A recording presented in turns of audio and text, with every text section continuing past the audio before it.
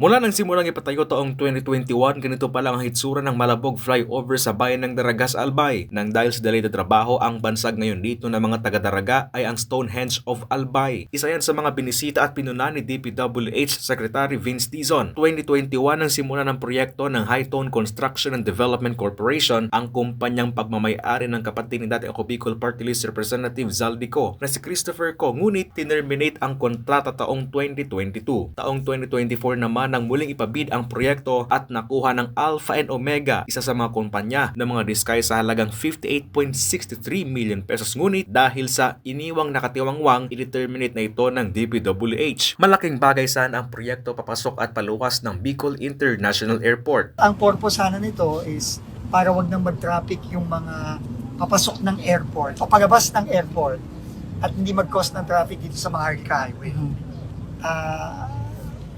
Pero hindi natapos. So, ang komplikasyon nandito, Diskaya project pala ito.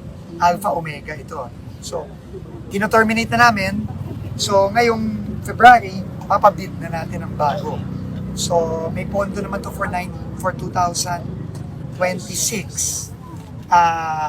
Kailangan na nga ipabid, terminate si Diskaya, tatapusin na natin. Kasama ang High-Tone at Alpha and Omega sa mga top contractors na nakakuha ng bilyong kontrata sa flood control scandal. Isa pa sa napuna ni Dizon ang konstruksyon ng isa sa mga legacy hospital ng Pangulo, ang 10-story building ng Bicol Regional Hospital and Medical Center na 2023 nang simulang ipatayo. Dismayado si Dizon at nababagalan sa patrabaho ng ospital na 4 na palapag pa lang ang naipapatayo. Nagkakahalaga ang proyekto ng 3.5 billion pesos. Very delayed.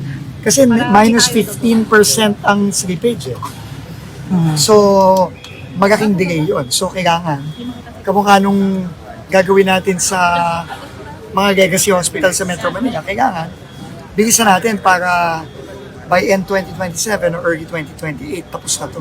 Sa huli, pinapamadali ni Dizon sa mga kontraktor ang naturang mga delayed na proyekto na tapusin nito bago matapos ang termino ni Pangulong Ferdinand Marcos Jr. sa 2028. Chris Novello, CSN.